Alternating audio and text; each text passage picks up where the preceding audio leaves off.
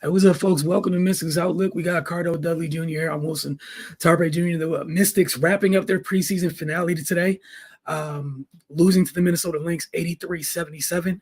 Cardell, as everyone can see, is in the building.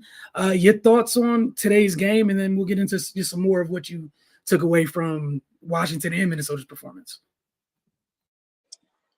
Yeah, I just think it was a tale of two halves. You could tell both teams are still trying to get the kinks out of the thing, out their system, you know what I'm saying, get all the mistakes out the way, see who they're going to keep as far as final cuts, uh, trying to build chemistry with new players, new team, especially on the Mets' behalf, different leadership. It's just a transition period right now. I was encouraged by what I saw from the starters. I think they're ready to go, and the ones we know want to be here, the vets, they look like they're in mid-season form already, especially defensively. I think that's what's going to be the difference. For the Mets to most fans is that we've been used to high-power offenses, right? I think they're going to lean their hand more on the defensive end, and they should, because the leaders of this team right now, as they transition, is obviously Ariel Atkins and Brittany Sykes. You know what I mean? With Mighty shines out, I'm throwing her in there as well. They're tough, they're rugged, uh, and they put their hard hat on and get in at every game. So that's going to be the identity of this team. You can see it right away. And the thing is getting the young players to catch up with them, get on the same page with them with the speed of the game, the IQ of the game at this level, at the college level. I'm talking about Leah Edwards a little bit. You can see that the game is a little fast for her right now. And she's competing, she's fighting, she's battling, but she has to get some. The game has to slow down for her to start making plays. Right now, it seems like she take a dribble and it's like they teleport there in front of her. She's drawing charges, or she may see somebody open, she may pass it. They're intercepting because they're closing out so fast, and you can just tell she's trying to adjust in that aspect. But once she adjusts, I think she'll be fine. That's the main thing with the young players. But you could tell early in the season they're going to lean on the vets to stay in contention as far as wins, so they won't get too deep in the hole with losses until the youngest catch on. You know what I mean? And then those are the main things I saw today on Minnesota's side of things. Your fees look good, man. I even saw her first game, saw clips of that. She ready to go. She ready to go. Courtney Williams, we all know who she is. She ready to go. I like the fact that she's evolved a little bit. She's emerged from just a go-to scorer type guard to now she pick and choosing those spots, especially in the mid range, facilitating. I think she had a game high 6 assists today, which she did. You know what I mean? Had a few turnovers, but that's to be expected. In the preseason, everybody trying to get used to one another. You know, it was good, man. I like what I saw the Lynx rookie.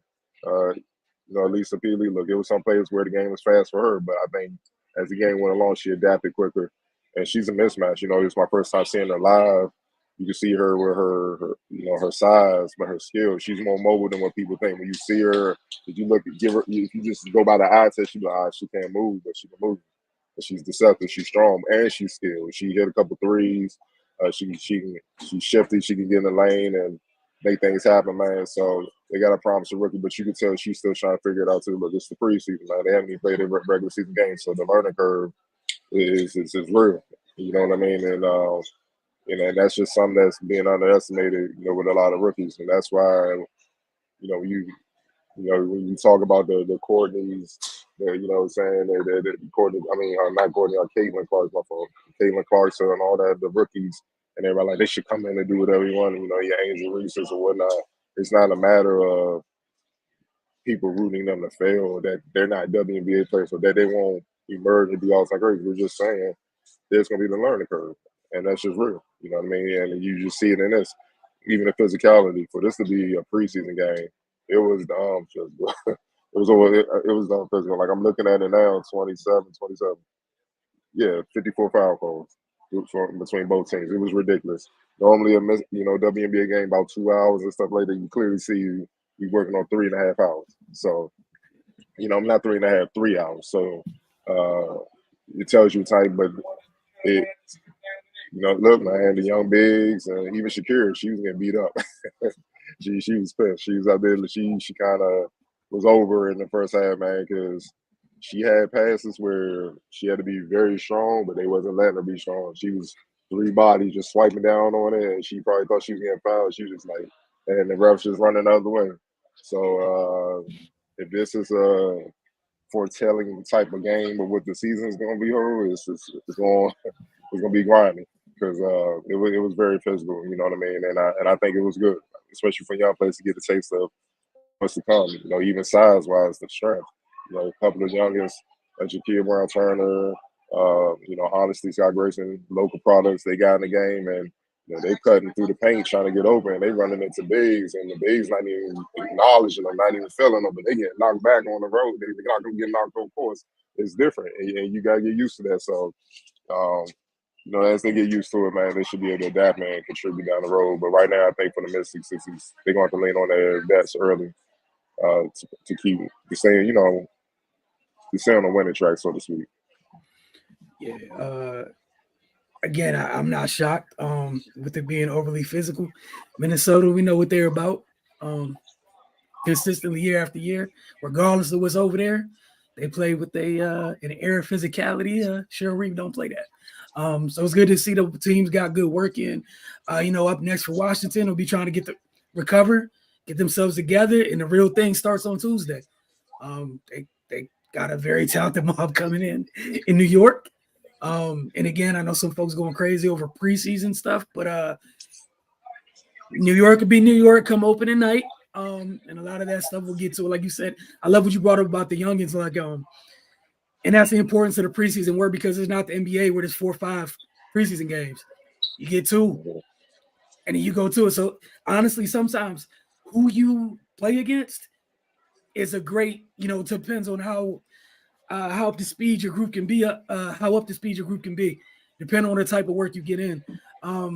Hey, as always, player of the game and the X factor. Then I got a couple questions for you before you get out of there. Even though it was a losing effort, I got to give Ariel Atkins her props, man. She was balling. She had 20 points, 6 of 10, 7 of 7 from the free throw line. Excellent defense. Picked up some early fouls, but then let that get to her. She stayed in the game. 3 assists, 2 rebounds, 2 steals. No turnovers. I love her leadership. She out there leading by example, but she's being far more vocal. And you can kind of see the teams. What I always say, every team adopts the identity of their top player, and you can kind of see is already shifting to what she is and what she's always been. Just a tough, gritty defender, but versatile, can do a lot of things, all around threat. So, I'm gonna give it to her. Fees had a good game, and then they lost, but she was clearly the top player on the court. And also something to keep in mind: only 24 minutes. The type of game she had going on, she didn't get to see it all the way through. It's preseason. I don't know what that would have ended up like in a regular season game. X factor. Man, the X factor. We're gonna keep it on since the preseason. We're gonna keep it on the message. We ain't gonna judge about a win and loss like we normally do. But the X factor on the message. You use her name, man. Julie Van Loo. Julie Van Loo. Julie Van Loo. She got some stuff with her. 6 points and 6 assists and 22 minutes off the bench. Had a few turnovers, 2 of 6. She got some Tisha Penashiro in her game. She's wicked. She can handle. Got good core vision. Ideal passing. Like the bigs gonna love her. Well, I know Maisha already love her because she's eating off of her, early and often. But I know the bigs gonna love her because she'll find you. If you get open, she'll find you. And is an able defender. That's what. And I was kind of looking at. She guarded court and she get up on you. She a battle. She'll fight. And she a vet, man. I checked her out. She's had a long career. Obviously across the water and whatnot. But the way she can pass the ball and the way she can see the floor, it's going to be a welcome addition for the Mets, especially with the youngest when they get in the game and stuff like that. Because she can orchestrate, and I think she'll be more free to be her. You know what I'm saying? Like just flow with it because you're going to expect mistakes with the youngest in the game. But nonetheless, man, I think she's as she gets more and more comfortable with everybody, I think she's gonna be a welcome asset and a crowd favorite because she has some flash to her game, but it's flash with purpose. It's just not flash for the hell of it. You know what I mean? So, and she's confident, man. You know, she's very confident. So I like what I saw her. Yeah, she definitely was that. She caught me by surprise. I was so anxious to see what you had to say about her. And I know we had talked the other day, and I was trying not to say too much about her because I wanted to see what you had to say. So I'm happy off that initial thing because we literally talked yesterday, and I was trying so hard not to mention her name at all because even a couple practices, like you can't help but to see it because that's just how she plays. Like it's just part of her game. So even a little doses, you see it. Got to see in the longest stretch tonight. Obviously, you did. All right. So a couple questions for you before you get out of here.